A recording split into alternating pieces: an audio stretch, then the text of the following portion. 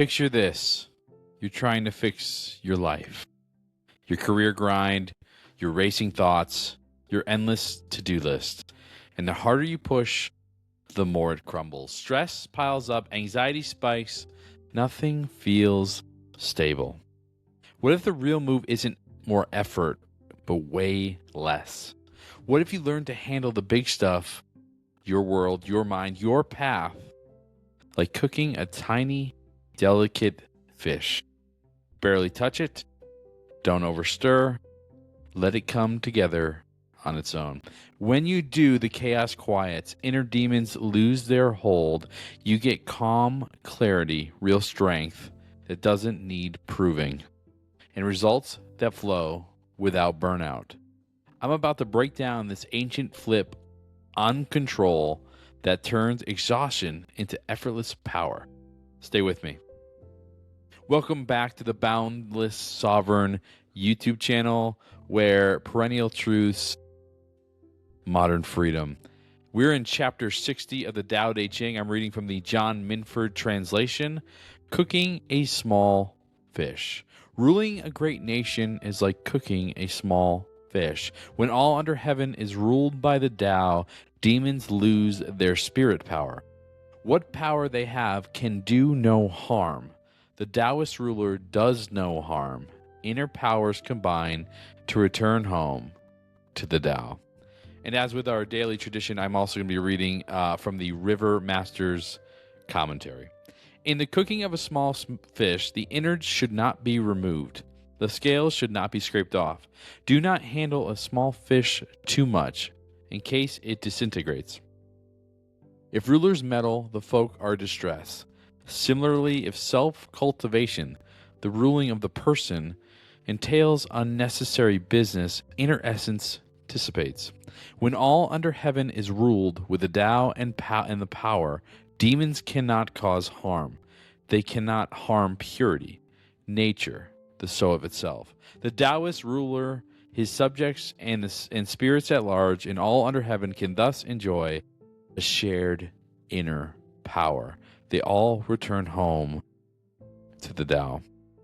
So in this chapter, we have Lao Tzu using what I would consider is for his time, a reference that peoples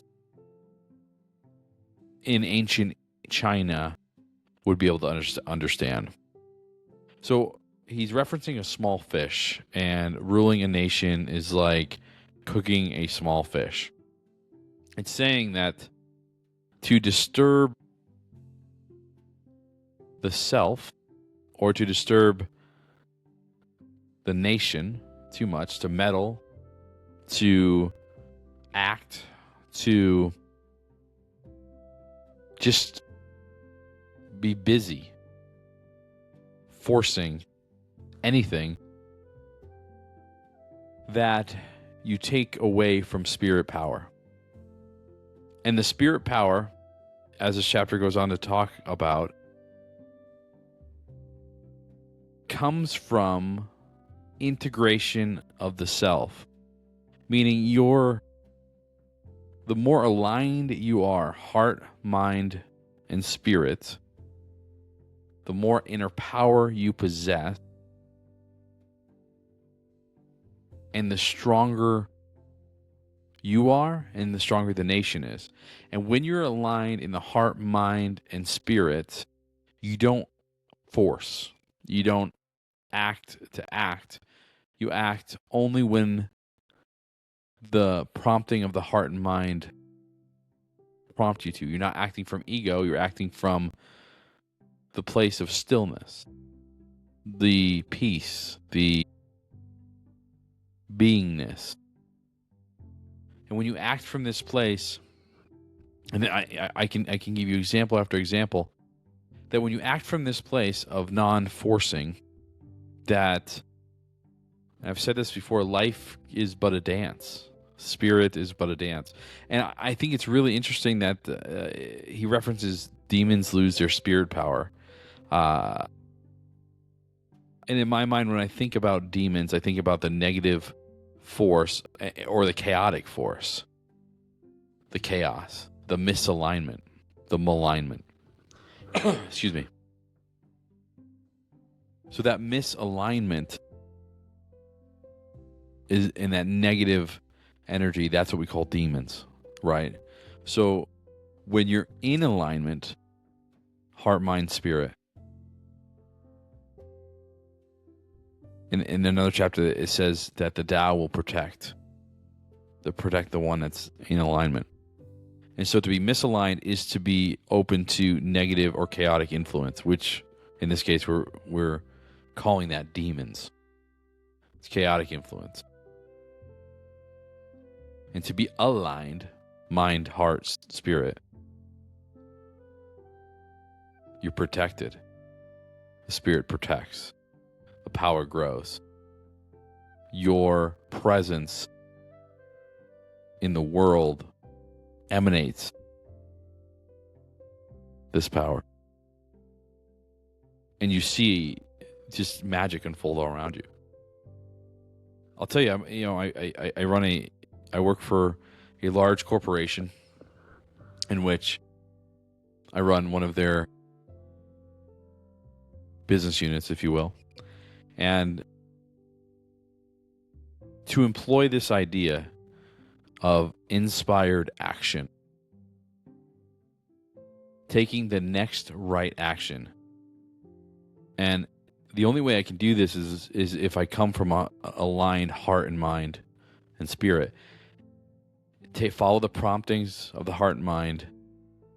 Do the next right thing in every moment. Sometimes the next right thing is to do nothing. Depends on the moment. But what I find is the more that I align that to that, the more things just unfold in a really peculiar, beneficial way. And then the more I feel like I can trust my heart, mind, and spirit, the more I trust. It's like a feedback loop. And things just continue to work out. Things continue to work out. Things continue to work out. And I tell people this all the time. They, so many folks worry about this outcome, that outcome, things they can't control. And what you find when you live this way is that you don't waste a single second thinking, feeling, worrying about anything outside of your immediate control. Meaning, if I'm not prompted in the spirit to make a move in that moment, I won't move. I won't act if I don't feel the prompting of the spirit. And then I also don't worry about the outcome.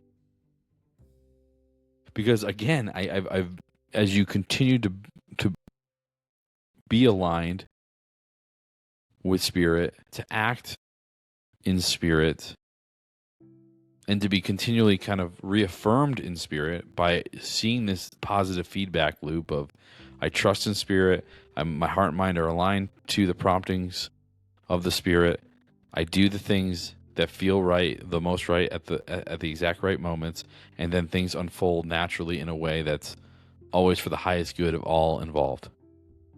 And that there is no necessarily good or bad thing necessarily, but if you align to this idea that generally things will continually work out in a favorable way. And it feels as though you're almost being protected by the spirit by being aligned to the spirit. Like, there's chapters where it talks about like the spears and the bows or the tiger's bite or whatever has nowhere to sink in the Taoist, because the Taoist is so clear in the heart and mind that calamity never comes. It says it here, the spirit power, with what power they have.